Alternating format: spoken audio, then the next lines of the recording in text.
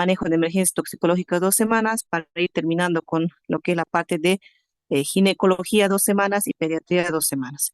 Entonces, eso también va a implicar para ustedes que cada 2 semanas cambiemos de docente, ¿no? Unas 2 semanas ustedes van a llevar todo lo que es la parte del manejo de emergencias neurológicas con un docente y lo que es el manejo de emergencias endocrinológicas con otro docente. Y así van a ir viendo ustedes ese cambio, ¿no? A partir de ahora, a medida que vayan desarrollando cada módulo, ¿no? Que se va a dividir en 2 submódulos. Nosotros lo llamamos 2 submódulos de acuerdo a la especialidad que ustedes van a ir viendo en el manejo de emergencias. Entonces, evidentemente eso va a llevar a que cada 2 semanas ustedes tengan evidentemente una evaluación por parte de cada docente.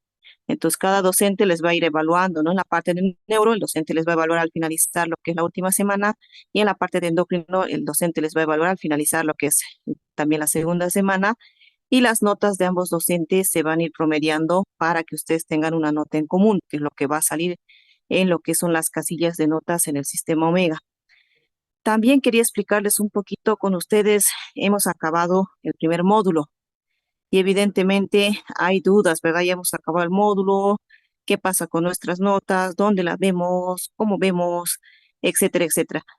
Entonces, cada que ustedes acaben un módulo, el docente tiene el lapso de 15 días para entregar lo que son las notas. Ya, las notas se entregan a mi persona, ¿no? Y de acuerdo a lo que son las notas, si hay personas que potencialmente hayan podido, pónganle, reprobar el módulo, las notas se van a publicar en el sistema Omega. Les voy a explicar también esto del sistema Omega. Entonces, primero vamos con el lapso de tiempo para las notas. Entonces, al cabo de 15 días, el docente entrega notas, puede ser unos días antes, puede tomarse el docente los 15 días, ¿no? A veces lo hacen en el lapso, pónganle de una semana, nos entregan notas y nos llevamos subiendo a lo que es el sistema.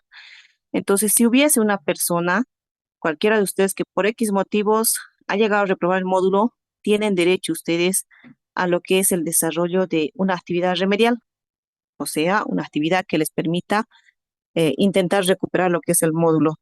Entonces, cuando hay alguien que repruebe, personalmente, mi persona, ¿no? Les comunica, ¿no? A lo que son sus números que ustedes han facilitado de celular, ¿no? Ya sea por llamada, y si en caso de llamada a veces no contestan, lo hacemos vía mensaje, pero se les notifica para que ustedes puedan dar esa actividad remedial. No se publica las notas por si acaso en la plataforma Moodle, ni tampoco en el grupo de WhatsApp. Las notas son personales, ¿no? Y si una persona reprobara, también personalmente se le va a avisar para que pueda realizar la actividad remedial. Posiblemente, si hay alguien que repruebe, ustedes van a ir viendo esa actividad remedial que el docente le va a colgar en lo que es la plataforma, en la casilla que le corresponde al docente. Por ejemplo, en este caso, el módulo 1 de shock trauma, ¿no? Que ustedes han llevado, si hay alguna persona que reprobara mientras el docente vaya promediando las notas, va a poner el docente mismo en esa plataforma la actividad remedial, que puede ser un trabajo, un examen, que el docente quiera tomarles. Entonces, esa actividad remedial, si ustedes van viendo en la plataforma, porque les va a salir, ¿no? En muchos casos, la notificación de que hay una actividad pendiente para entregar tarea, no la tienen que hacer todos ustedes, por favor. Esa actividad remedial solamente la van a realizar las personas, ¿no? Que se les vaya a notificar y que se les avise de que han reprobado el módulo. Entonces, si no se les llama, no se les notifica por mensaje, quiere decir que ustedes no tienen que hacer la actividad remedial y han aprobado lo que es el módulo. Entonces, si ven esa casilla, si no se les ha notificado, no tienen que hacer, por favor, la actividad remedial. Entonces, eso aclararles un poquito porque puede ser, ¿no? Que si en este módulo hay reprobados, ustedes vean esa casilla de actividad remedial en lo que es la plataforma módulo correspondiente al módulo 1. Entonces, eso aclararles. ¿Dónde ustedes van a visualizar las notas? ¿Cómo lo van a hacer? Todos ustedes, a partir de este módulo, ¿verdad? Ya han podido familiarizarse con lo que es el sistema Omega, más que todo por esto del plan de pagos, ¿verdad? Que hemos optado por lo que es otras modalidades como la de pago por query, pago por caja. Así que todos ustedes han ya, ¿no? Lo que es entrado a este sistema Omega para lo que es cancelar. Entonces, tienen ahí su usuario, tienen su contraseña. En este sistema Omega que ustedes han empezado a experimentar para pagar lo que es el módulo, también ustedes van a encontrar la opción de ver sus notas. Todos ustedes han debido ver, ¿verdad? Han debido curiosidad un poquito en el sistema Omega, que ahí les sale lo que es Cardex, ¿no? Entonces, la casilla de Cardex es la casilla en la cual cuando ya tengamos las notas del módulo 1, se les va a ir subiendo lo que son las notas a ese sistema. Entonces, solamente cada uno de ustedes con su usuario y su contraseña que pueden ingresar a su sistema Omega van a poder ver sus notas. Entonces, eso quería aclararles, las notas se les sube al sistema Omega y lo pueden ver de forma personal al lapso de 15 días de acabado lo que es el módulo. Eso aclararles porque estamos entrando a un nuevo módulo y evidentemente están con esas dudas. ¿Alguna pregunta o consulta que tengan de esto que les he explicado? Pregunten, no tengan miedo si hay alguna duda o todo ha quedado claro.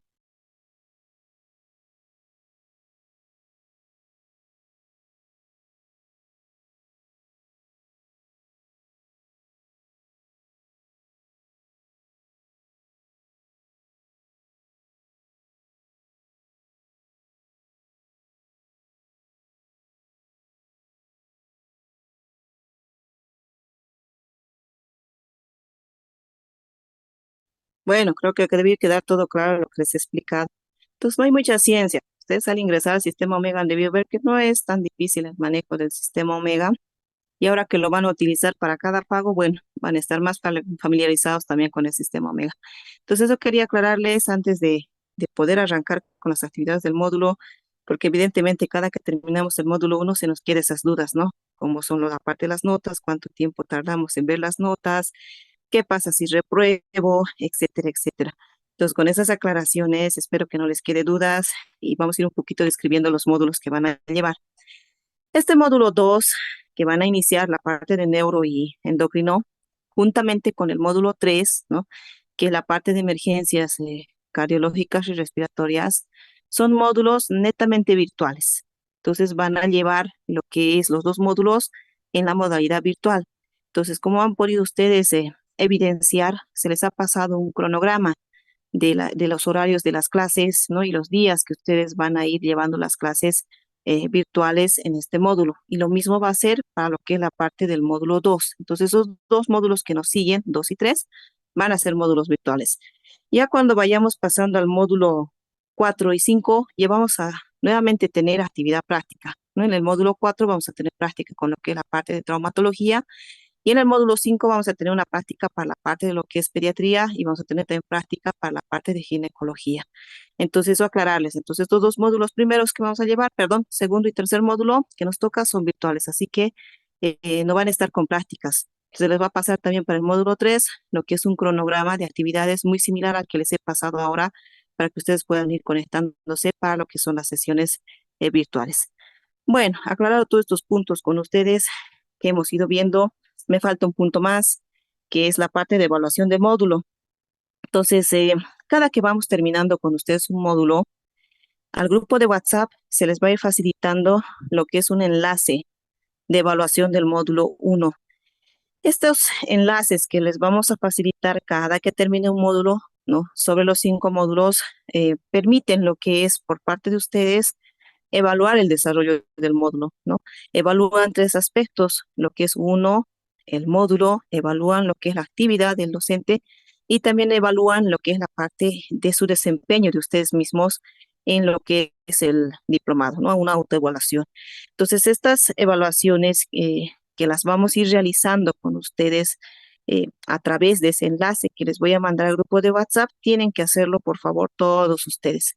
Esos enlaces que les voy a mandar, esta evaluación que les he indicado, no les va a tomar más de un minuto. Es como una pequeña encuesta en la que ustedes van a seleccionando un ítem y no toma más de un minuto.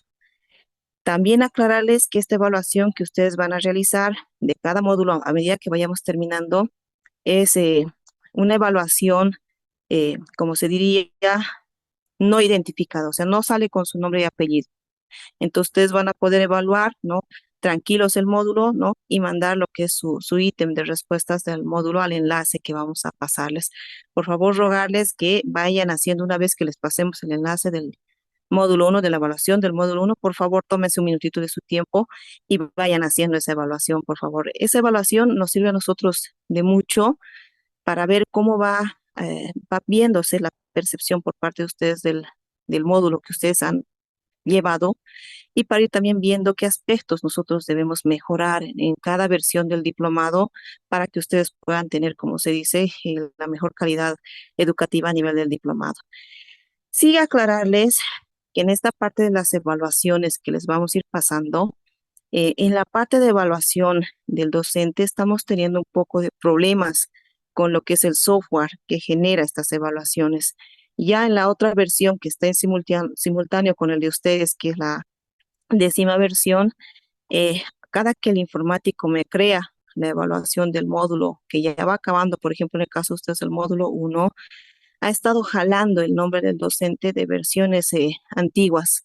Entonces, hemos tratado de buscar una solución, ver de que el software corrija eso, pero no lo estamos consiguiendo.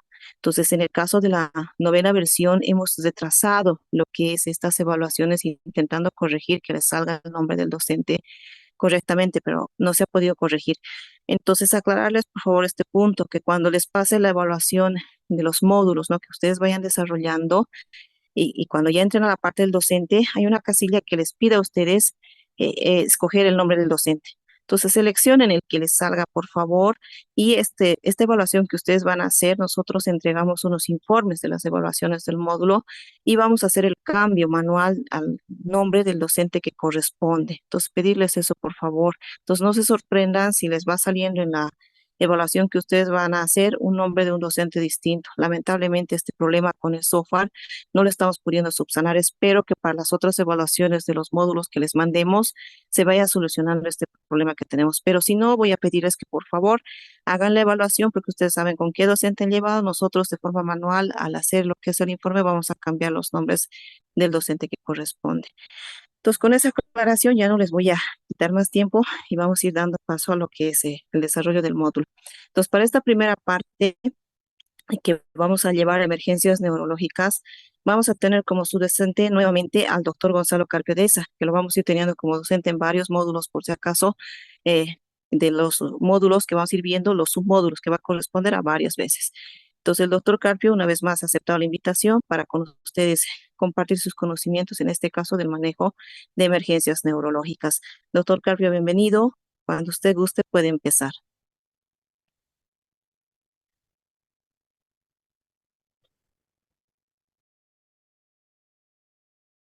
Muchísimas gracias, doctora Delgadillo, por la presentación, de igual manera por la invitación por el posgrado.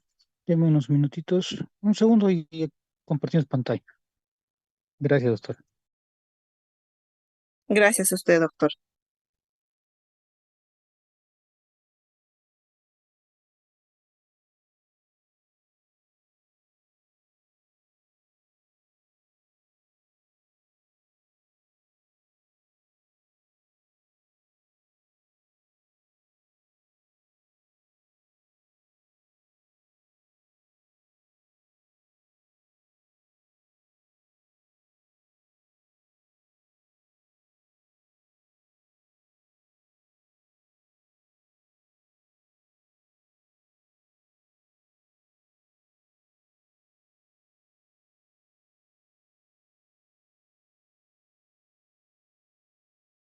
Bueno, ahora sí.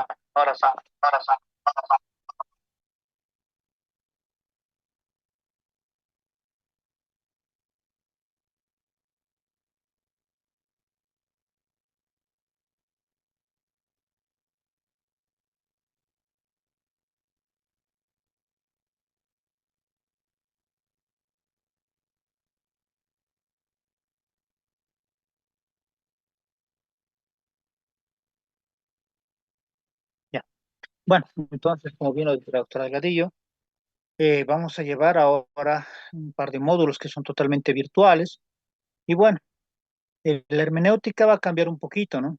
Ya no son 5 semanas, son de 2 semanas, así que doctores tienen que realmente asistir a todas las clases, punto, porque no solo vamos a calificar todos los docentes la parte de sus casos, sus exámenes, sino también como más cortitos, son 6 clases, vamos a calificar de igual manera su asistencia, su participación.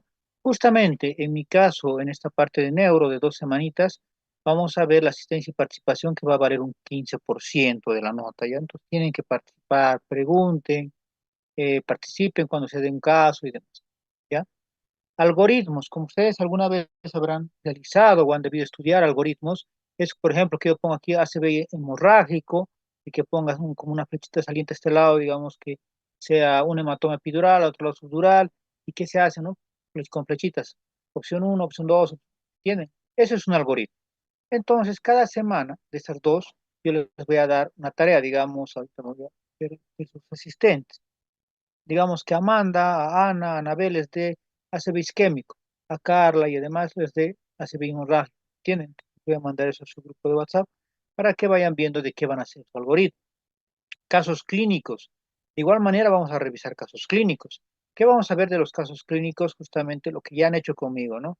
Un manejo por minutos, un manejo, pero va a ser netamente ahora individual, ya no van a hacer trabajos grupales porque es más cortito el tiempo. Entonces necesito, pero que lo hagan en el formato que ya hemos aprendido conmigo. Y por último, como verán, yo puse trabajo final, pero que en realidad es un examen final. Y esto sí quiero que me entiendan muy bien. El examen final que se les va a tomar a ustedes va a ser un examen basado en dos partes, ¿ya? Una primera parte que va a ser justamente al respecto de un caso clínico, ¿ya? Donde ingresen las patologías que vamos a llevar, que ahora les voy a dictar. Y una segunda parte, eso va a durar media hora, su resolución, y una segunda parte que va a hacer referencia al hecho este de, ¿se llama? De la resolución de tomografías.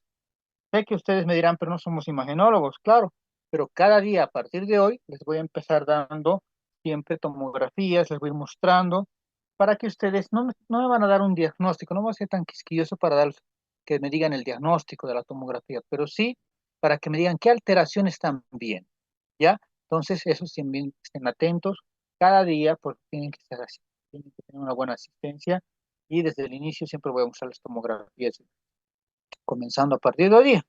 Entonces eso suma el 100%. Como les decía, vamos a hacer 6 días. Hoy vamos a llevar dos temas, bueno, tres temas en sí, pero son dos cortitos. Primero vamos a ver anatomía, de donde está la vascularización del encéfalo, que es la parte más importante, la parte del neuro. Y lo segundo, que vamos a ver las áreas del encéfalo, que se deben acordar todos cuando han llevado neuroanatomía en el pregrado. Terminamos eso y vamos a ver lo que es el manejo del paciente neurocrítico, ¿ya? Hoy vamos a ver todo eso y mañana pasado, que es el jueves que nos vamos a volver a ver, vamos a ver este tema de acá, que es cefaleas, manejo de las cefaleas en emergencia. Y de igual manera vamos a ver el manejo del ACV isquémico para que puedan estar repasando. El tercer día, que es el viernes, vamos a ver coma. Todos han debido ver alguna vez algún paciente que ha entrado inconsciente y que no sabemos qué hacer porque no sabemos cuál ha sido la causa, ¿no? O a veces los bomberos, el SAR, la policía nos los trae un paciente en completa inconsciencia, está en estado de coma, pero y no sabemos qué le hacemos a ese paciente. Ah, bueno, si tuviéramos una sala de tomografías, a la mano le pedimos tomografía. Y si no tenemos, ¿qué hacemos? Entonces, eso vamos a aprender en el paso a paso. La siguiente semana, el siguiente martes, nos encontraríamos ya con la parte más de trauma. Veríamos lo que es TEC. Y a seguir vamos a ver lo que es el día siguiente, trauma, bueno, perdón, el jueves de la siguiente semana, el penúltimo día, trauma raquimedular. A este tema, que es bien cortito, que es trauma raquimedular, desde esta décima versión, desde la anterior a ustedes, aumentamos un tema que me pareció muy interesante, que es manejo del edema cerebral, ¿ya? Justamente por N razones nos puede llegar un paciente con edema cerebral. Y por último, el sexto día, vamos a ver lo que es el examen final, lo que les decía. Bueno, acá, como les ha dicho la doctora Delgadillo, no tenemos ya esta opción de vernos, ¿no? No va a haber nada presencial en este módulo, a lo menos. Entonces, ¿cómo vamos a hacer el examen final? Y esto quiero que desde ahora ustedes ya lo tomen en cuenta. Para el examen final tienen que conectarse, o sea, de este viernes el siguiente, tienen que conectarse por un medio audiovisual, por una computadora, una tablet, pero que tenga cámara, que yo los pueda ver durante todo el examen que ustedes estén rindiendo, ¿ya? Culmina el examen y ustedes le sacan una buena fotografía y me lo mandan al WhatsApp, a mi número que todos conocen. Entonces me lo mandan y de ese envío que me hagan de la fotografía yo les voy a calificar del contenido, ¿no? Entonces les califico de eso. Pero como siempre les digo, digámoslo así, por la parte más burocrática, ustedes sí o sí tienen que subir sus exámenes, en este caso, a la plataforma. Pero eso sí se los voy a abrir ya con calma hasta la medianoche del siguiente viernes, ¿no? Se lo suben con calma, no habrá haber mucho lío. Pero la nota les voy a calificar de lo que me manden ustedes a mi número de celular, ya de la fotografía que me suben. Entonces, eso tengan mucho en cuenta. Justo tuve un problema, creo que hace dos versiones, que una muchacha no me entendió y no me mandó, y directo lo subí a la plataforma, pero a medianoche. Entonces, por obviedad, yo siempre les voy a recordar que acaba el examen, les doy 5 minutos más o menos para que me lo envíen en fotografía. Entonces, esa parte ya les estoy recomendando. Y no olviden que tengo que verlos. Yo lo grabo inclusive para dar un informe, si es que fuera necesario, a posgrado. Entonces, tienen nomás que ustedes estar presentes por un medio audiovisual que yo los pueda ver. Habiendo dicho todas estas aclaraciones, también hay que aclararles, no sé si la doctora les había mencionado, pero ustedes, si bien este módulo es compartido, mi persona va a dar neuro, el doctor Toro les va a dar endocrino, 2 semanas y 2 semanas, cualquiera diría, obviamente, que si sacan 100 conmigo y 50 con el doctor Toro, o al revés, serían 150. Lo dividimos entre dos y tienen 75 y han aprobado, ¿no? Pero no es tanto así, ¿ya? ¿Por qué? Porque la lógica es que ustedes tienen que aprobar cada submódulo, ¿tienen? O sea, tienen que aprobar tanto neuro como endocrino. En algún caso que ustedes se aplazaran conmigo o con el doctor Toro, tendrán que repetir, ver cómo subsanar esa nota, porque por más de que promediándolo con el otro docente les salga nota, tienen que aprobar el submódulo, como yo lo llamo. Ya, eso aclararles también. Consejo, o sea, asistan, participen y den sus exámenes de ambos lados, ¿no? Tanto neuro como de endocrino. Bueno, ahora sí entraremos a lo que es emergencias neurológicas. Como les decía, en emergencias neurológicas lo más importante siempre va a ser el manejo del cerebro y darnos cuenta de que las tomografías hoy en día ya no es necesario ser imagenólogo, tenemos que saber interpretarlos. Hoy en día una tomografía de cráneo a lo menos se maneja casi como una radiografía de tórax, ¿no? No le voy a llamar al imagenólogo para que me diga qué estoy viendo en la radiografía de tórax, pero sí cuando es algo muy exquisito, como por ejemplo una meningitis que no reconozco, un ACV isquémico en sus primeras horas, ya podría pedir ayuda del imagenólogo, ¿no? O un tumor, y no le he pedido contrastada. Pero para las más de las veces, el diagnóstico va a ser dado por nosotros, por los médicos de la emergencia. Es por eso que los médicos de la emergencia tenemos que saber manejar pacientes neurocríticos. Y todo parte desde el hecho de que todos nosotros debemos de saber justamente cómo se lee, cómo se interpreta a quién, al paciente neurocrítico. Y lo primero será saber las áreas y la vascularización de estas del encéfalo. En ese entendido, vamos a ver la vascularización. En la vascularización, doctores, vamos a decir eso.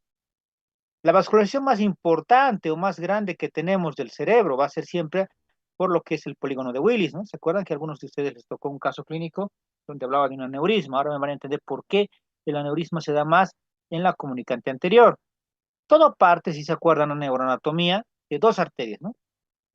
Que ambas salen del corazón, la subclavia y la carótida. La carótida primitiva, ¿no? La carótida primitiva o común va a dar dos ramos, la interna y la externa. La interna es la que nos interesa porque justamente la interna es esta va a ser parte de la que van a nacer afluentes. ¿Para quién? Para el polígono de Willis. Segundo, las subclavias que van a dar las ramas que son las vertebrales. Entonces tendríamos ya carótida interna y vértebra. La vertebral que es rama justamente de la subclavia, decía, vamos a tomarlo en cuenta que son dos vertebrales, derecha e izquierda. Justamente se van a ir hacia atrás, hacia el dorso, hacia la espalda, y forman entre ambas lo que es el tronco basilar, que está a nivel del tronco encefálico. Y hace su ingreso justamente por lo que va a ser el agujero magno, y ya ingresando al cráneo, va a dividirse en dos ramas grandes, que son las cerebrales posteriores. Miren que son de buen calibre. Estas dos cerebrales posteriores ya son parte del polígono de Willis. Ahora, Ya teniendo estas dos cerebrales posteriores, hay que recordar que de ambas van a emanar dos arterias, que son estas de acá, las famosas comunicantes posteriores, derecha e izquierda. También recordar, decíamos que otra de las ramas grandes de las cuales va a partir otras arterias es la carótida interna. De la carótida interna va a salir la primera rama terminal, que es la cerebral media. La cerebral media se va a comunicar, se va a contactar, si quieren, se va a unir a estas comunicantes posteriores. Y hacia adelante va a dar una rama importante, la cerebral media, que son las cerebrales anteriores. Y miren que acá solo la unen entre sí, las comunicantes anteriores están unidas por la comunicante anterior. Es por eso que en esta es donde más se dan los aneurismas, porque miren cuánta presión va a ir sobre una sola arteria, versus que en nosotros va a haber varias arterias, o sea, son dos arterias en todo caso, que van a recibir la presión, ¿se dan cuenta? Es por eso que en esta es donde se dan más los aneurismas. Ahora, para recordar mejor, esto hay que saberlo. ¿Por qué? Y habiendo sabido quiénes lo componen, tenemos que saber si sangrara o si isquemia o si trombosa, si quieren, dónde se va a ver la imagen en la tomografía. Primero, recordar esto. La cerebral anterior, miren qué lóbulo toman. Obviamente los frontales. Pero miren la cerebral media cuán importante es. Generaría isquemia o si hay un sangrado de toda esta zona pérdida. La parte temporal, parietal y occipital a la mitad. Y la posterior como tal va a ser la occipitalía. Todavía no hemos visto los ganglios basales, pero esto es lo que más me interesa. Si ustedes se acuerdan los famosos homúnculos, ¿no? Homúnculos hace referencia a las áreas del cerebro y de estas en qué parte justamente hay conexión, digamos, con la mano, con el pie y demás, ¿no? Pero esto es muy importante.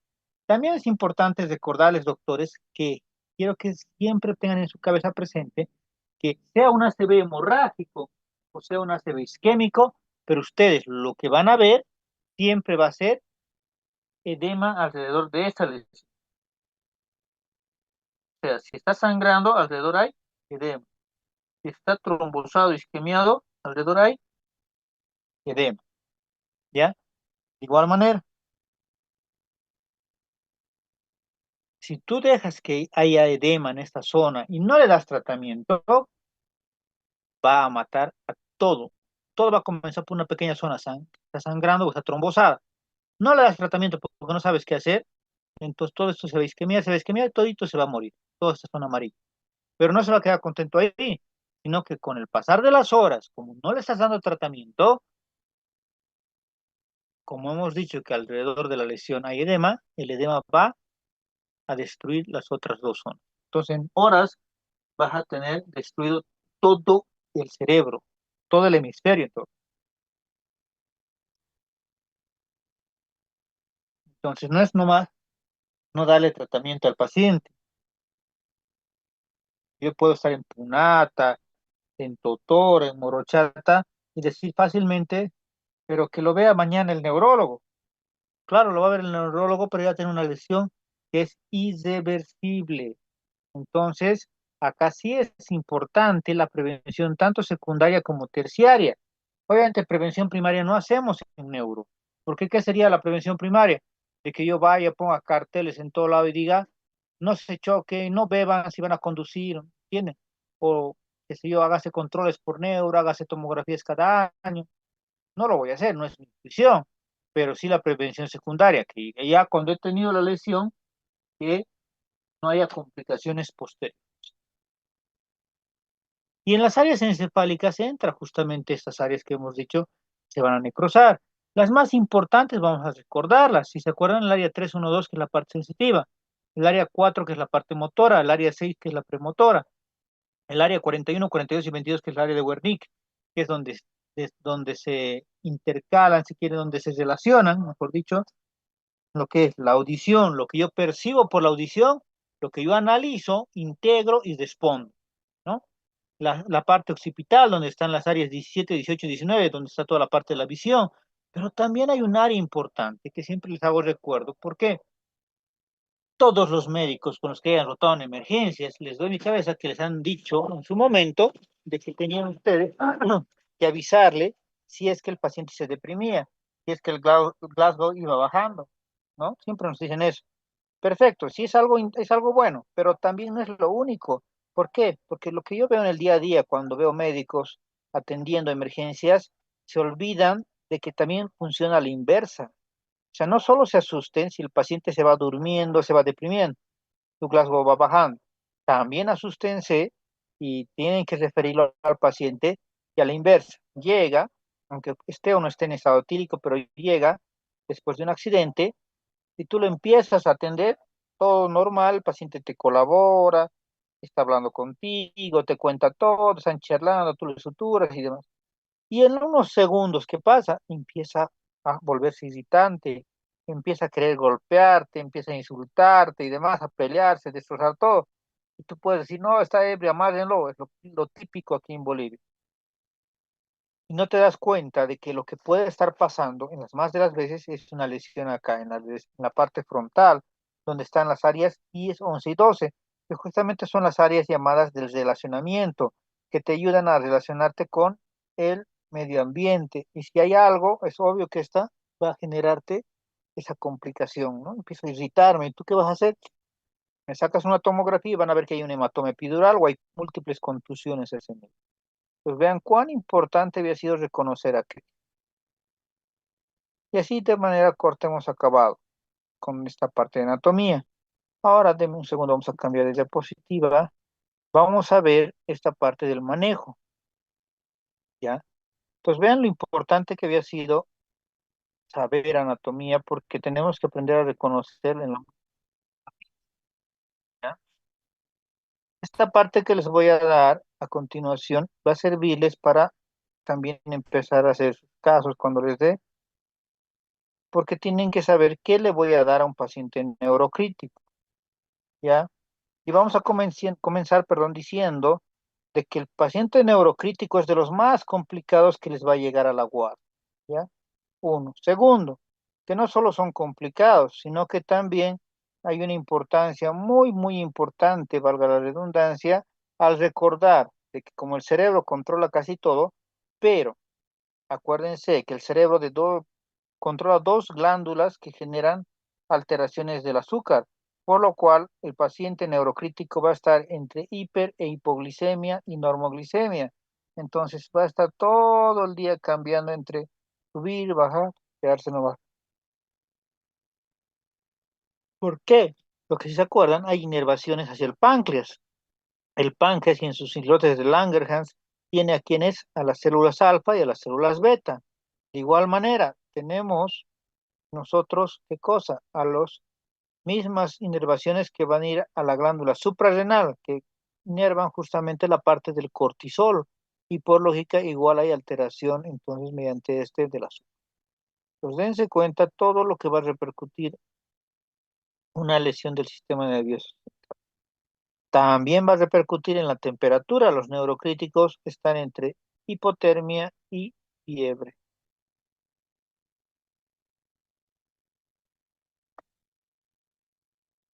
Ahora, pues vamos a ver el manejo. Esto les va a ayudar especialmente, lo he hecho en el formato que les piden, ¿no? Cuando están ustedes internando un paciente, tienen indicaciones, ¿no? La parte de enfermería y demás. En ese formato se los he redactado para que ustedes lo puedan observar. Pero les va a servir para las indicaciones que damos, 4 indicaciones por minuto. Partamos de las medidas generales. Todo paciente que reconozcamos que es neurocrítico tiene que estar NPO, o sea, nada por vía oral.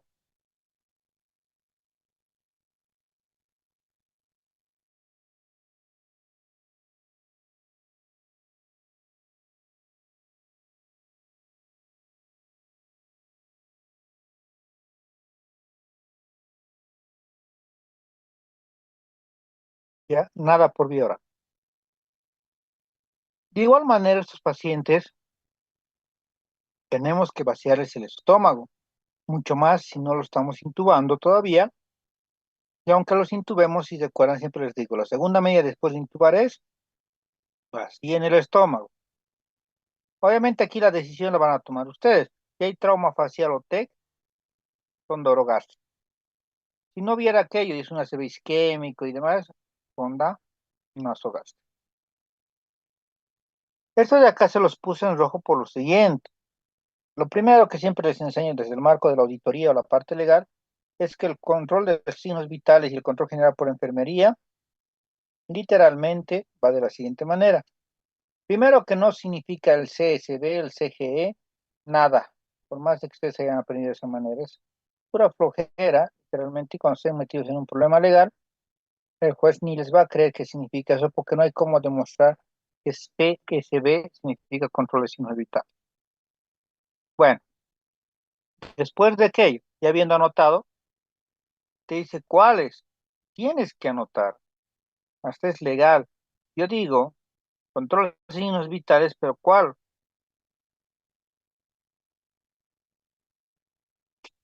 he puesto yo para que sí o sí me lo vean? Por orden de importancia, porque seamos honestos, todos somos internos y sabemos que cuando nos dejaban 10, 12 pacientes de control, juran que tomaban la presión a todos, no te alcanzaba el tiempo, tenías que sacar laboratorios, tenías que ir a rayos X, ecografías, todo el show, ¿no? No se puede. Entonces, tienes que anotar por orden de importancia. ¿Qué será lo primero? Frecuencia respiratoria. Segundo, puede ser una PAM, puede ser saturación, ¿no entienden? Tercero, así cuarto, quinto, signos vitales. Todo paciente neurocrítico tiene que estar en reposo absoluto por obviedad. Ahora, esto de la permanencia en tabla espinal, si ustedes han leído la parte de trauma raquimedular de la 18ª, mejor dicho, de la 10ª edición de la TLS del 2018, se acordarán que lo que dice ahí es de manera interesante, es que te da chance máximo 4 horas para que tú diagnostiques el trauma raquimedular o te cerciores. ¿Por qué?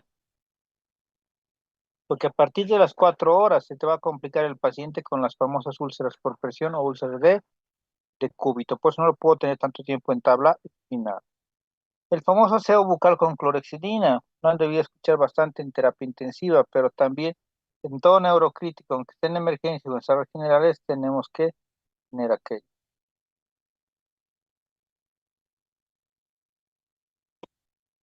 Esto del vendaje estricto, todos saben que alguna vez les he debido comentar de que no sirve. ¿Por qué? El vendarlo con fuerza, inclusive las extremidades inferiores, no te ayuda en nada. Más bien te genera pues, una propensión a trombosis. ¿Por qué? Lo que sí te sirve es lo que usan en hospitales del extranjero. ¿Qué es lo que usan? Lo que se usa son unas como botas grandes y largas que te masajean. Entonces, lo que hay que hacer acá en las extremidades inferiores es vendar y desvendar. Cada 2 a 3 horas lo desvendas, otra vez lo vendas, otra vez desvendas, otra vez vendas.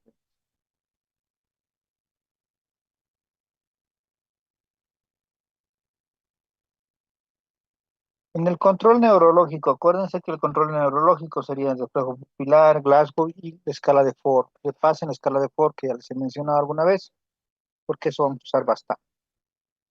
Entonces tienen que poner cada cuánto. Cuando el paciente es crítico realmente o neurocrítico, hay que ponerle cada 10 minutos más.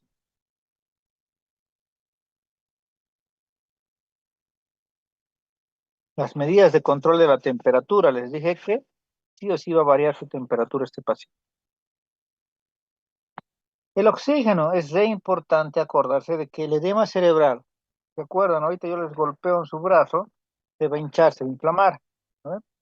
Pero la piel pues es noble, es elástica, ¿no? Se puede distender. Lo que no es elástico, no se puede distender, es el cráneo.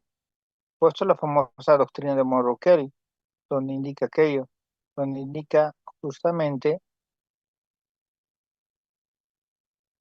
que en el cerebro o en el cráneo ya hay tres compartimentos. Uno que es la parte linfática,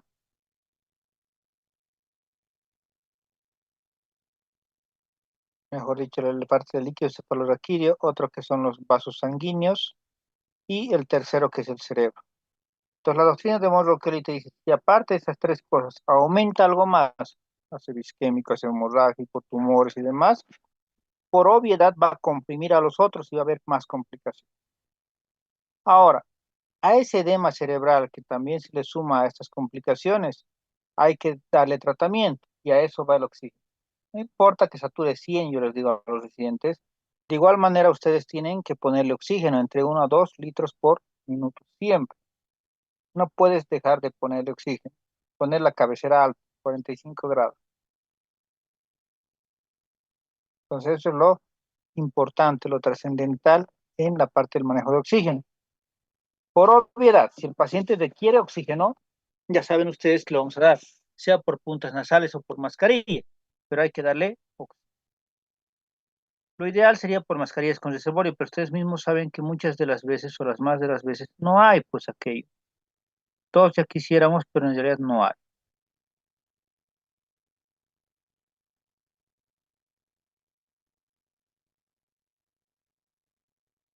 ¿Ya? Entonces es muy, muy importante, doctores, que se den cuenta de aquello.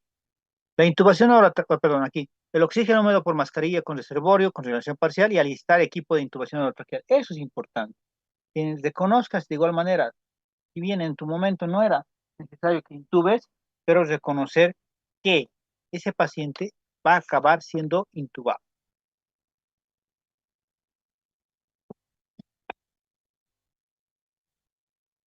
¿ya? Y que la intubación orotraqueal, si lo has hecho, indique por qué lo has hecho. Por un Glasgow menor a 8, por un Ford menor a 8. Las soluciones, siempre todo neurocrítico tiene que tener mínimo dos vías. Como pueden ver, una vía que tiene que ser periférica, pero tiene que ser, como dice el libro, la ley de Poisselier. ¿Se acuerdan? Han debido leer Shock de la Telés. La ley de Poisselier hace referencia a que en estos pacientes, cuando quieres dar grandes cantidades de volumen, tiene que ponerse un catéter pequeño, ¿ya? Un Venocat, como ustedes quieren llamarlo, pequeño, pero de gran calibre, ¿ya? Con un diámetro amplio. Eso es lo fundamental. Uno.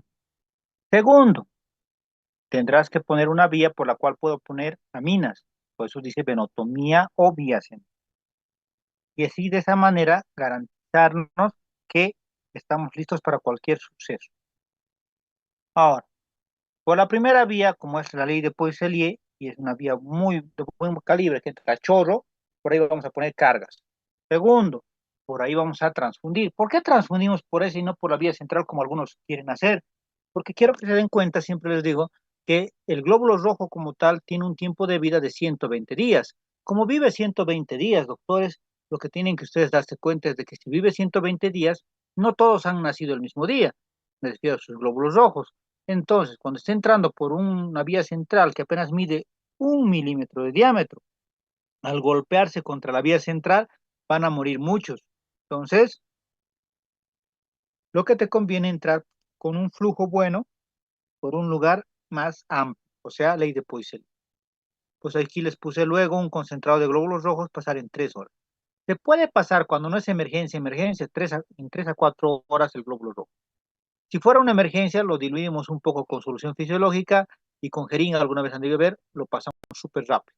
Más violentamente, se logra descartar casi el 40-50% del total, los demás obviamente va a fallecer los glóbulos rojos. Ahora, aquí les puse, luego de la transfusión o iniciada la transfusión hay que pasar hidrocortisona. ¿Por qué? Porque de todos los hemoderivados, entre de ellos el glóbulos rojos, plasma, plaquetas, los glóbulos rojos son los más eh, alérgicos o alergenos que pueden causarnos justamente complicaciones. Uno dirá, pero si le he hecho si le he medido el sistema ABO y RH, o sea, le he hecho la tipificación, ¿no? Sí, es obvio que le han hecho, pero recuerden ustedes que nosotros en todos los laboratorios, y peor todavía aquí en Bolivia, donde no tenemos tan buenos laboratorios, solo hacemos el sistema ABO y el RH. Por ejemplo, yo soy ORH positivo. Si me van a transfundir, me van a transfundir ORH positivo, ¿no? Perfecto, hasta ahí estaríamos bien. Pero hasta yo puedo darles una reacción alérgica. ¿Por qué? Porque está descrito en la literatura que en realidad son 42 subtipos de sangre. Y de los 42, tan solo dos medimos en Bolivia. ¿Qué significará? De que hay 40, 41 subtipos que no medimos. Y alguna vez podemos hacer reacción a uno de ellos y morirnos inclusive. Y ha pasado alguna vez. A mí me ha pasado un par de veces. Entonces, de esa vez, ¿qué hacemos? Tomamos medidas, recaudos. Pasen la hidrocortisona a 200 miligramos para que no te des alergia. Uno. Segundo, si recuerdan, los glóbulos rojos son células. Tienen dentro de las células que cantidades altas de potasio. Al tener gran cantidad de potasio, imagínense un paciente neurocrítico y peor todavía tú le das mucha cantidad de potasio sin darte cuenta que va a ser paro cardíaco. ¿Qué vamos a hacer con eso? Vamos a darle gluconato de calcio. ¿Por qué? No porque el calcio elimine el potasio, como muchos creen, sino porque el calcio va a ser un protector cardíaco, porque va a estabilizar la membrana cardíaca. Uno. Segundo, acuérdense de que estas bolsas de transfusión, sea de concentrado de glóbulos rojos, sea de plasma, de plaquetas, especialmente, pero el de concentrado de glóbulos rojos tiene citrato. Ese citrato que se usa para que esté estable estas bolsas. ¿Tienen? Entonces ese citrato, ¿qué hace? Cuando ingresa a tu sangre, consume el calcio. Entonces, peor todavía, más el potasio, sí o sí te va a dar paro cardíaco en algunas de las veces. Por eso mismo, les pasamos gluconato de calcio. Cuando yo transfundo las primeras 24 horas, le paso gluconato de calcio, una ampolla cada 12 horas. Y ya, si es un paciente solo crítico y no lo estoy transfundiendo, yo les paso una ampolla cada 24 horas. Y la segunda vía, miren, la vía más tal vez importante en cuanto a vía central, o sea, que tenga que la manguerita por dentro sea muy larga, o una venotomía larga, sí o sí va a servir para vitaminas. Miren cómo se escribe la indicación. Noradrenalina a 0,1 gamas para 24 horas. Preparar, ¿cómo voy a preparar? 250 de dextrosa al 5% más dos ampollas de noradrenalina. Siempre pongan de cuánto viene. Justo hace unos días en una clínica que estaba teniendo un paciente, me pasan la nora y era de 1 miligramo. Hoy por hoy, desde la pandemia, todo el mundo es distribuidor, exportador de medicamentos.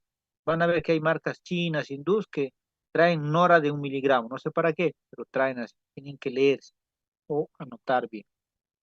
¿Y cómo lo voy a pasar? Dice, pasarlo a 20 cc hora o a 7 gotas minuto o a 21 microgotas minuto. Entonces le pongo todos los tipos para que me entienda realmente tanto personal de enfermería como mi siguiente colega que va a entrar a la guardia. Saben que yo no uso fisiológico, pues se los puse en rojo. Por eso yo les pongo aquí zinc lactato.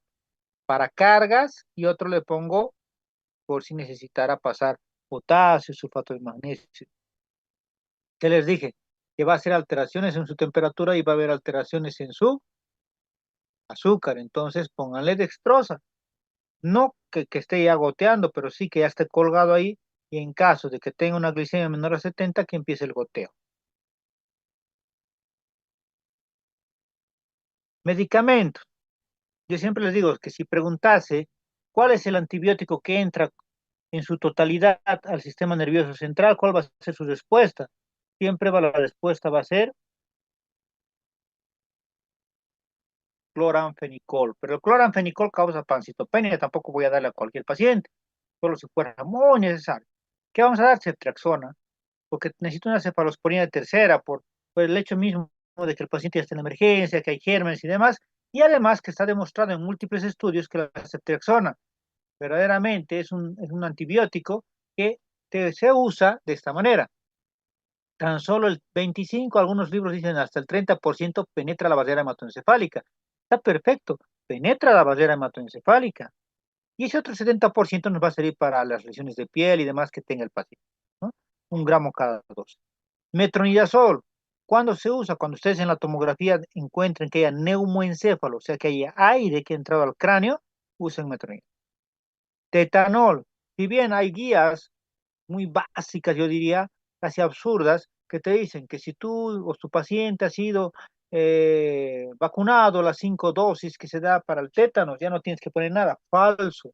En los grandes libros de trauma está descrito de que cualquier paciente crítico que venga con cualquier lesión tiene que ser dotado de una ampolla intramuscular STAT de tetanol, no importando que haya tenido justo un día antes la culminación de sus 5 dosis contra el tétano.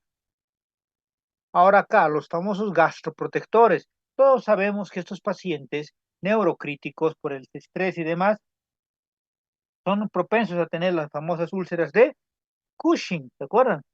Y si fueran críticos por quemaduras, son las úlceras de Curling.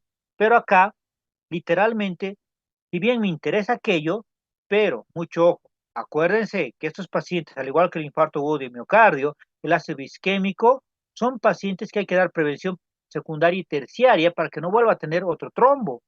¿Entienden? Entonces, si voy a hacer aquello, acuérdense lo siguiente, no le den omeprazol, peor si es anciano. ¿Por qué? Porque está descrito en la literatura y por experiencia también les digo que el omeprazol como tal, si bien es muy bueno, porque es un IBP, un inhibidor de la bomba de protones, pero no es el ideal para darle como gastroprotector, porque al darle el omeprazol lo que va a generar es una disminución de la efectividad del ácido acetil salicílico y peor todavía del clopidogrel. Muy, pero muy importante aquello, doctores. Por eso den ranitidina. ¿Cuánto se da? 50 miligramos cada 8 horas, si es endovenoso, y si es oral, 150 cada 12. Pero el omeprazol no se podría o no se debería de dar. ¿Tienen? Solo en caso necesario. Y si es que estás seguro que no vas a dar ni ácido acetilsalicílico ni clopidogrel 75 miligramos que viene, ¿no? Entonces, vean cuán importante es aquello. Cuidado que después del tratamiento para prevención secundaria y terciaria no les sirva y no sepan por qué no sirve, ¿ya? Tienen que estar atentos en aquello. La aspirina y la enoxaparina obviamente no les vamos a iniciar ese dato, a menos de que estés seguro de que es un infarto, que es una ACV isquémica. Antieméticos, siempre que hablamos de antieméticos, siempre les hago recuerdo y les pregunto, ¿qué antieméticos conocen? Y todo el mundo me dice metoclopramida. Falso, la metoclopramida no es un antiemético, es un procinético. Porque ¿qué es lo que hace la metoclopramida? La metoclopramida lo que hace realmente es cerrar el esfínter esofágico inferior y empezar las contracciones desde el estómago, no hasta el ano como se creía hasta hace unos 5 o 10 años, sino que hoy en día se ha demostrado que solo sirve hasta el intestino delgado, hasta el ilio, no ayuda en la contractilidad. O sea, cierra el esfínter esofágico inferior, abre el píloro y empieza la contracción del estómago y ayuno, perdón, estómago, duodeno y ayuno e ilio, nada más. Pero entonces ustedes me dirán, pero si no es un antiemético y ustedes algún día trabajarán conmigo y me dicen, doctor Carpio, está su paciente vomitando, yo les diré, pásenle metoclopramida. No es un doble discurso, sino es que por costos siempre es más accesible y más barato literalmente pasarle metoclopramida, porque la metoclopramida cuesta menos de un boliviano, el ondansetron cuesta 80 bolivianos. El ondansetron es el único antimético que llega a Bolivia, la metoclopramida es porcinética. ¿Qué hace el ondansetron? Si ustedes se acuerdan, en el piso del cuarto ventrículo, sistema nervioso central, justamente por debajo de los agujeros de Magendie, por donde pasa el líquido cefalorraquídeo, se encuentran las áreas póstremas, derecha e izquierda. Ahí es donde inhibe el ondansetron para que no vomite. Ahora, anticonvulsivantes. Obviamente hay que darle anticonvulsivantes. Justo con el grupo de la mañana igual me preguntaban y yo les decía, no importa que no esté convulsionando, es prevención. Y eso va de nuevo a lo mismo que hemos dicho ahorita, la doctrina de Monroe Kelly. Si se ha golpeado ese cerebro, dense cuenta, mientras sea menor a 30 años, su cerebro es del mismo tamaño que del hueso. Mientras más anciano eres, tu cerebro es más pequeñito y golpea contra todo lado, o sea, como un péndulo.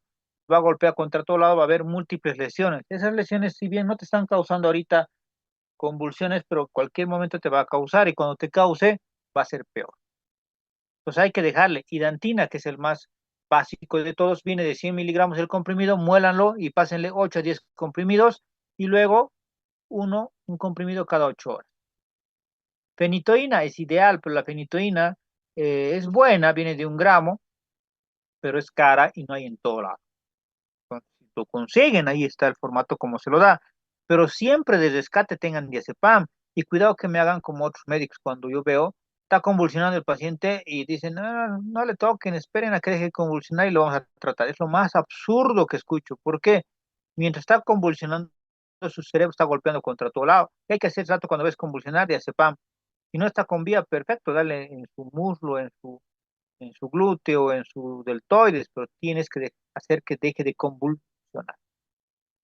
Medidas antiedema. Les había dicho hace rato que cuán importante es el oxígeno o no.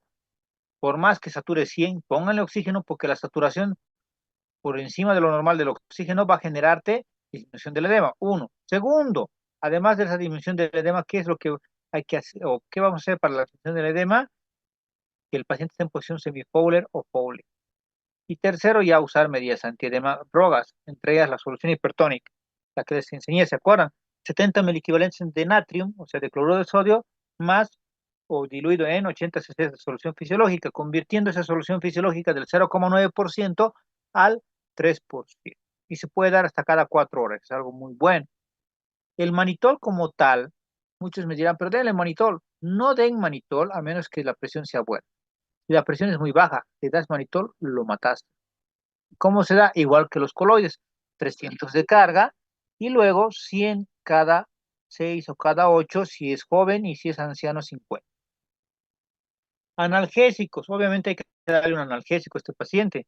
Ese analgésico será justamente morfina. Dame un segundo, por favor, me estoy llamando al hospital.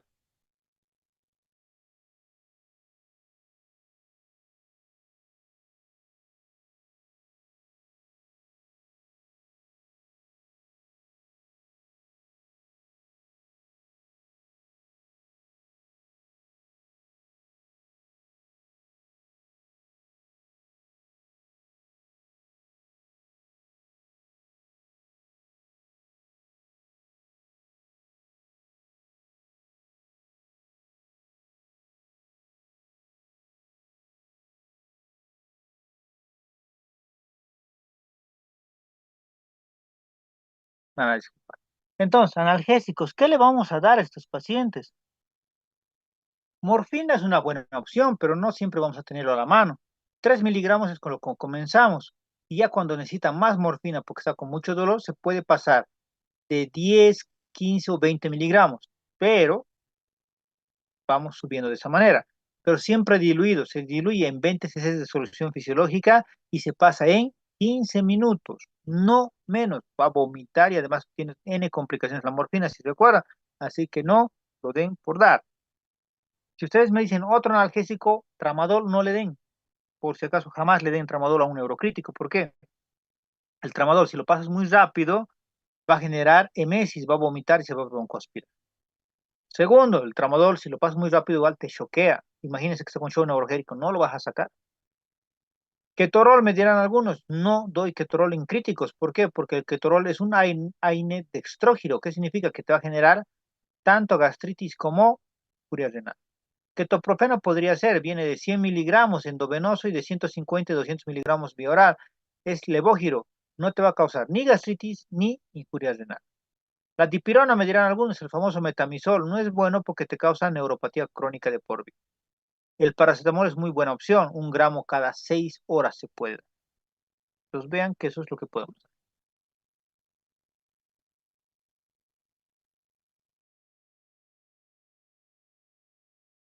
Y si lo intubé, ¿cómo lo sedó? Dice, van a leerme para la siguiente clase es clasificación del RAS, RASS, el RAS 5. 250 ml de solución fisiológica, más 50 de fenta, más 5 de mida, se pasa 10 ml hora y si no funciona se va subiendo de 5 en 5, 15 ml, 20 ml hora, ¿ya? Hasta que el paciente quede planchado. Esto ya no se lo voy a repetir, es lo que ya sabemos del anterior módulo, la metilprednisolona y la dexametasona en traumas raquimedular, ¿no? Si le estamos poniendo una dextrosa en paralelo y que lo vamos a abrir o lo vamos a dejar gotear, apenas tenga menos de 70, también sabré qué pasa si el paciente me hace hiperglicemias. De 121 a 180, 2 unidades. De 181 a 240, 4 unidades. De 241 a 306 unidades, igual o mayor a 308 unidades, ¿no? De cristalina subcutánea. Y ya para finalizar, doctores, es obvio que ya dentro del marco de que ya le pedí mis 4 laboratorios al inicio y demás, voy a pedirle todo este arsenal de laboratorios al paciente porque es crítico.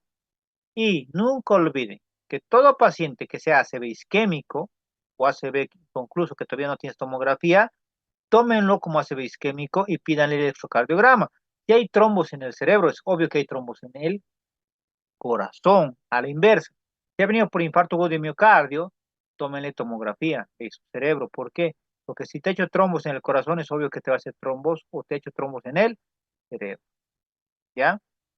Si es trauma, pídanle radiografía de secuencia de trauma, ¿no? Cervical lateral, tórax pélvico. Si no, por lo menos radiografía de tórax. Tomografía de cráneo con ventana ósea y hay que repetir en índice. ¿Por qué? Dependiendo si alguien le ha visto en qué momento te ha hecho el ACV. ¿Por qué? Porque si se acuerdan, tenemos una ventana para tratar el ACV isquémico.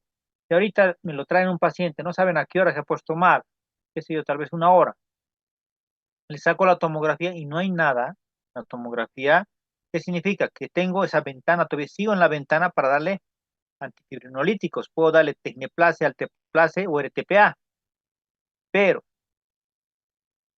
si ahorita le saco, no hay nada y el paciente y la familia no tiene para comprar porque es muy caro, tecneplase, alteplase, el RTPA cuesta caro, cuesta en dólares, 700, $1,500 más o menos cada ampolla. Entonces voy a tener que repetir para ver cuánto ha sido el daño final en 3 a 4 horas, que es el periodo de ventana. Si le colocamos vía central, como dice aquí, hay que sacar una radiografía de tórax de control. ¿No? Y después valoraciones por cardio, por neurocirugía y terapia intensiva. Y con eso terminamos el temario de hoy. Si alguien tiene alguna duda, preguntas, doctores, pues estoy sacando un screenshot de los que han venido. ¿Dudas? ¿Nada? ¿Seguros? Doctor, disculpe, una pregunta. Dale, doc. Le quería preguntar, Doc, si hay maneras, ¿verdad?, de evaluar en ese TAC de cráneo, ¿verdad?, con ventana ósea, Ujú. el problema, ¿verdad?, del edema citotóxico vasogénico por hipoglucemia o hiperglucemia. Y ¿Ah? más que nada, no, usted más que nada, ¿cómo utiliza el Salteplas? Ya, para empezar, para no confundir todas las preguntas que me has hecho. El edema cerebral es una cosa. Como tú mismo lo has dicho, en realidad hay de tres tipos, ¿no? Dos de los que has mencionado. Pero quiero que te quede claro esto. La imagen del edema va a ser la misma. Y eso se los voy a mostrar la siguiente semana, porque es todo un tema de edema, o de edema cerebral. Por eso quiero que les quede claro algo. No importase que fuese ACV isquémico o ACV hemorrágico, quiero que esté en su cabeza bien metido lo siguiente. Todos, sea tu paciente hemorrágico o isquémico, tiene edema perilesional. Tiene. Ese edema está matando al resto del tejido, porque lo está comprimiendo. Por la doctrina de Monroe-Kelly, que el cráneo no se va a expandir, está matando tejido. ¿Qué tenemos que hacer? Darle media antiedema, ponerle oxígeno, ponerle ¿cómo se llama? En posición semifowler, cuerpo, que la cabeza quede más alta que el cuerpo, y si tienes a la mano, anímense a ponerle solución hipertónica. ¿Por qué? No lo vas a matar. La solución hipertónica, algunos dirán, pero no, es mucho sodio y es hipertenso. No, está demostrado que el sodio cuando está por debajo del 2%, o sea, de la concentración del cloruro de sodio por de del 2% para abajo, o sea, 0,9, que es el fisiológico normal, sí aumenta la presión, pero por encima del 2, o sea, 3% o más, no genera aquello, no aumenta tu presión, porque es mucha la dosis y entonces se toma en cuenta como una solución, como un soluto, si quieren, macizo, que va a traer líquido dentro del vaso, ¿ya? Por un lado. El manitol, les dije, no lo usen a menos que tenga buena presión. Si tiene mayor a 110-70, usen. Ahora, en realidad, el Tecneplase, Alteplase, el RTPA les voy a enseñar a usar, pero eso mañana pasado, cuando veamos fase isquémico. No les quiero adelantar porque al final si no vamos a repetir dos veces. ¿Ya? Pero el manejo del edema, vamos a ver también la siguiente semana, pero para que no se quede como una respuesta inconclusa, lo que quiero que te quede claro, Doc, es yo trato siempre edema. Me llega el paciente, me dice que se ha caído, o me dice que el paciente de la nada empezó a balbucear o su boca se ha desviado, ya no puede ni reconocerte directamente. Están prendiendo el tomógrafo, todo el show. Perfecto. Yo le pongo dos vías. Por una vía le estoy poniendo su cóctel de Maric que les he enseñado, dije lactato, y a eso le sumo dos complejos de vitamina C, porque no tengo tiamina en la parte pública, le sumo 1 gramo de vitamina C, y eso le estoy pasando a goteo lento para 2 horas a 4 horas, dependiendo de la edad. Y en paralelo, o sea, por otra vía, le estoy pasando solución hipertónica. Y después lo paso con tranquilidad a tomografía, le sacan la tomografía, me sale ese isquémico, ese hemorrágico, pero aunque no creas, el edema está disminuyendo. Porque has dado tratamiento. ¿entienden? Entonces la idea es eso, hagan prevención secundaria, porque por más que fuera familiar mío de ustedes o del presidente, si no le han hecho prevención secundaria o de lesiones secundarias, para en vano se lo van a agarrar a ese paciente. Si no saben manejar un neurocrítico, yo siempre les digo, no es por malo, no lo manejen, mándenselo. ¿Por qué? Porque si no sabes manejarlo, la isquemia que podría ser de 1 centímetro, ustedes por no darle tratamiento adecuado, que es desinflamatorios y medidas antiedema, van a generar un edema completo y necrosis de todo el cerebro, de todo el hemisferio. No es un chiste manejar ACV isquémico. Y peor todavía, si no tengo tomógrafo, me encuentro en Morochata y sé que transferirlo al Vietnam me va a costar 6 a 8 horas, es por obviedad que ya preferible es me lo quede, pues, hablando con la familia, por decirles, ¿por qué? Porque solo en el trayecto no va a entrar, ustedes saben que en el trayecto no entra ninguna solución, tomar el pelo. Y además hay que decirles de que ya digamos para de Quillacoya hasta Cochabamba, hay que avisarles de que si saco la tomografía y ya veo yo una sugestión de ácido isquémico, es obvio que ya no le puedo dar ni alteplase, ni tecneplase, ni RTP. Pero si la encontrara, sí, si no encontrara nada así, estoy en la ventana, puedo dar, pero es carísimo. El tratamiento completo del ETPA está saliendo por los $1.500. El tratamiento completo del Alteplase está saliendo por casi $1.000 y el Tecneplase casi los 800 a $1.000. Pocas personas van a tener y eso es la primera monodosis. Después acuérdense que hay que mantenerlo con el medicamento por lo menos 48 horas y tiene que estar internado en una unidad de stroke, que se llama así, unidad de neurocríticos, que no hay en Cochabamba por si quieren saberlo, hay en Santa Cruz, en La Paz, pero aquí nunca ha habido. Apenas aquí lo máximo que van a encontrar es la unidad coronaria, ¿no? Porque hay cardiólogos intervencionistas. Entonces, eso sí van a encontrar en el Belga, en Los Olivos, Valle, Los Ángeles, hay, pero en otro lado no vas a encontrar. Ahora, imagínense cuántito va a salir de la cuenta un terapista que va a estar casi al lado de tu paciente y le vas a sacar tomografías cada que él crea conveniente si el Glasgow baja. ¿Por qué? Porque si tú le das en un momento, ya por pasado el tiempo de ventana, el ACV isquémico lo vas a convertir en ACV hemorrágico y se te va a morir en tus manos. Culpabilidad tuya, ¿por qué? Porque no has reconocido bien la imagen en la tomografía y tú has dicho, no hay nada, y sí había ACV isquémico. Y al darle a un isquémico un anticoagulante, o sea, cuando ya se está viendo la lesión isquémica, sangra y no tienen idea, va a sangrar por todo lado. Todo eso les voy a explicar de mejor manera en la psicopatología este día jueves. Pero bueno, más o menos para responderle al doctor que me estaba preguntando. Ahora, el manejo de la hiperglicemia y hipoglicemia, siempre tienen que hacerlo. Igualito me preguntó una colega en la mañana, me dijo, ¿pero acaso da hiperglicemia? No es que dé ese rato, no que va a jugarse con ustedes. Entre hipo, hiper, todo el rato va a estar el paciente neurocrítico. Es un paciente que no lo puedes dejar solito. Yo cuando me manejo tequeados, moderados, graves, hasta que llegue el neurocirujano, yo me siento a su lado del paciente, estoy controlándole glicemia capilar, reflejos, todo, porque si no, puede salirse de las manos y fallecer en cualquier momento. ¿Ya? Bueno, no sé si tienen alguna otra duda. Muchas gracias, Doc. En ese caso, ¿verdad? Que dijo que si nos equivocamos, ¿verdad? En la signo-sintomatología, en reconocer, ¿verdad? Un ACV isquémico, hay maneras de revertirlo. Algunos utilizaban concentrados de factores de coagulación como protrombina. No te entiendo, o sea, si era isquémico y lo he hecho sangrar, tú dices, Sí, sí, hecho, es que no, digamos, pues date cuenta, perdón, pero la lógica es que esto quiero que te des cuenta. La idea es que lo primero aprende a leer tomografías, no te digo a ti, ¿no? Aprendan a leer tomografías. ¿Por qué? Porque no es nomás meter la pata, o sea, no es, me he equivocado, le he dado anticoagulantes y he empezado a sangrar y ahora le daré algo. No, porque lo vas a empeorar peor todavía.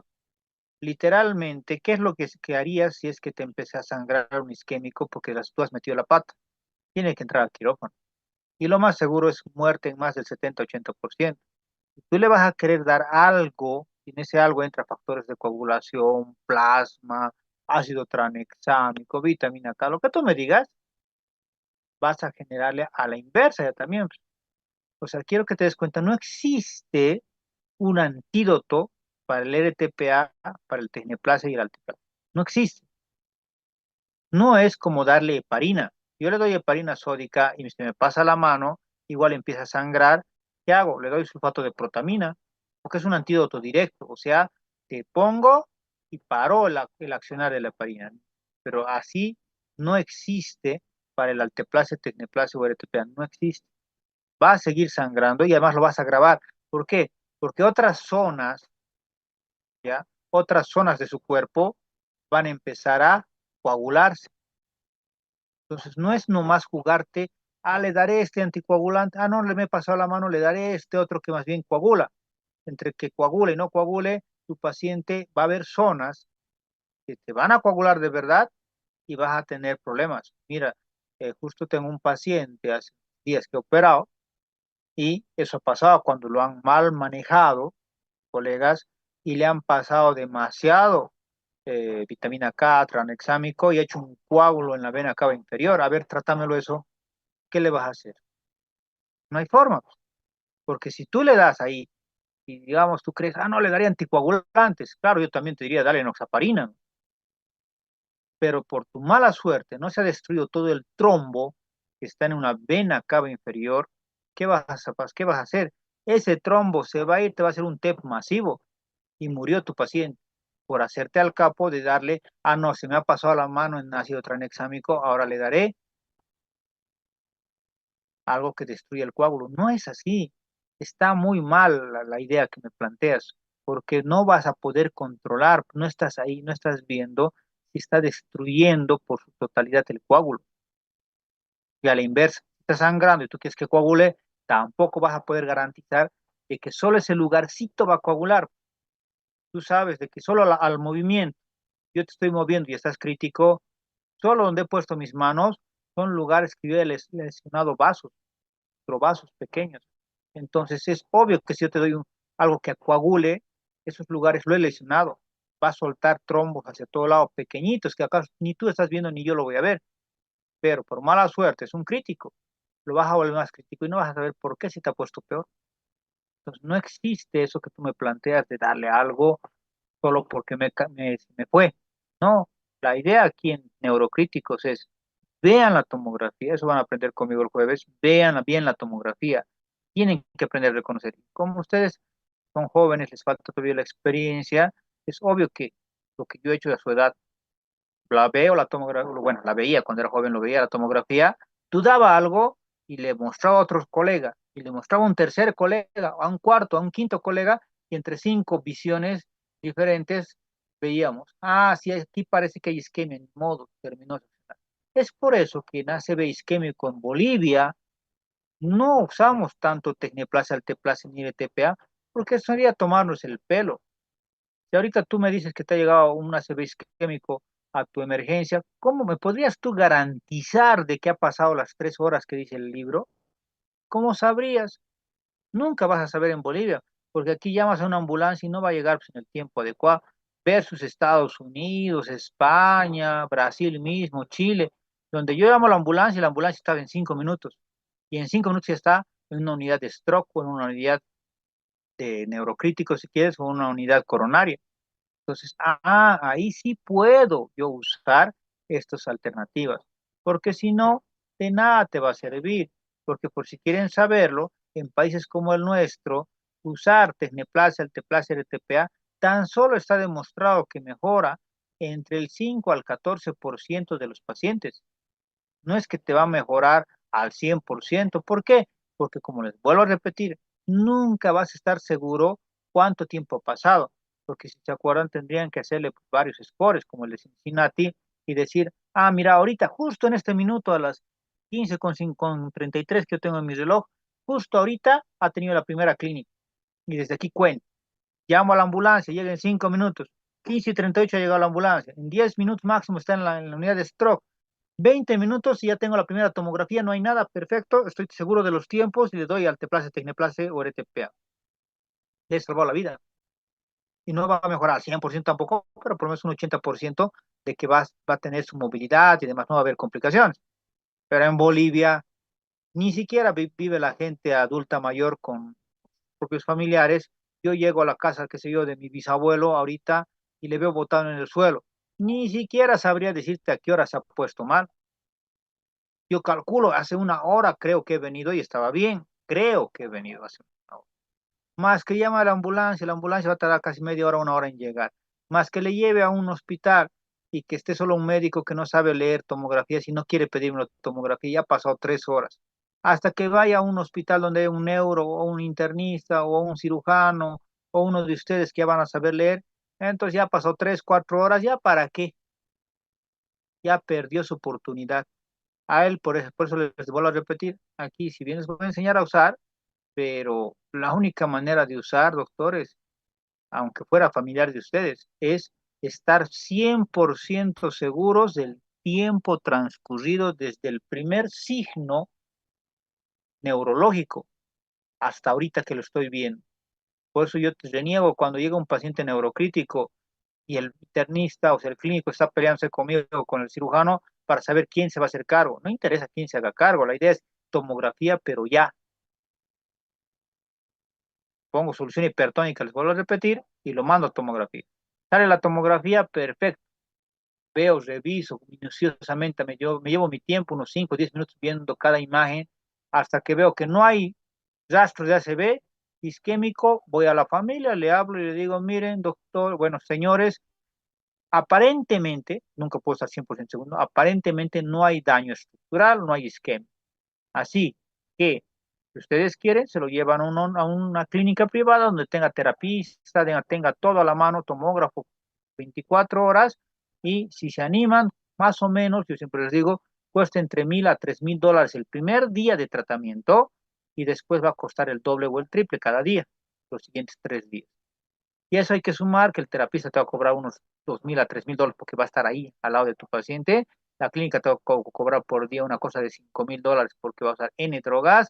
Entonces estás hablando de un paciente que te va a costar entre $5,000 a $10,000 el manejo solamente. Y además que sacas tomografías muy seguidas porque al menor hecho que tú veas que el Glasgow baje, tomografía, no hay otra. ¿Ves que está sangrando? No me la voy a jugar dándole factores de coagulación, luego plasma, no. Tiene que entrar al quirófano porque se va a desangrar y va a morir. Y darle factores de coagulación, darle plasma va a ser contraproducente. ¿Por qué? Porque va a generar trombos en lugares, en otros lugares que ya estaban dañados y que tú no lo conocías, porque nunca le hacemos una tomografía de todo el cuerpo entero, así que sería tomarnos el pelo, no tenemos. En otros países, claro, pues, en Estados Unidos, que te hacen un barrido completo, en 5 minutos ya tengo todo, y todavía en 3D. Ah, entonces veo que puede tener y si puedo o no puedo dar. Pues les repito, sería engañarles, decirles, sí, hagan la tomografía y ustedes les van a poner tecneplasia, alteplasia. No van a poner ni ustedes, ni yo. ¿Por qué? Porque dentro del protocolo mundial es que sea un terapista y que esté ahí 24/7, o sea, que esté todos los días y que esté cada uno de los minutos del día va a estar sentado al lado de tu paciente observando de que el glaso no caiga. Cae un punto, tomografía de inmediato. Sale en la tomografía un pequeño sangrado, neurocirujano de inmediato, entrando a quirófano de inmediato y cirugía. No hay más, no se puede hacer más. Aquí en la China es lo mismo. Lo único de bueno de otros países versus nosotros es que les vuelvo a repetir que las más de las veces están casi ellos seguros del tiempo. ¿Por qué? Porque no tardan mucho ni sus ambulancias. Entonces, por lo menos en 2 horas ya va a estar en la unidad de stroke. Entonces ya le puedo poner. Y además que lo bueno es que todos los hospitales tienen terapia y tienen gente preparada y además que tienen la droga a ese rato. Ya después verá de dónde va a pagar el familiar, ¿no? Aquí en cambio no es tan fácil. Imagínense una clínica privada de ustedes que se hayan puesto, que tengas tecneplasia a $1,500 cada ampollita y yo te diga, sí, te voy a pagar después.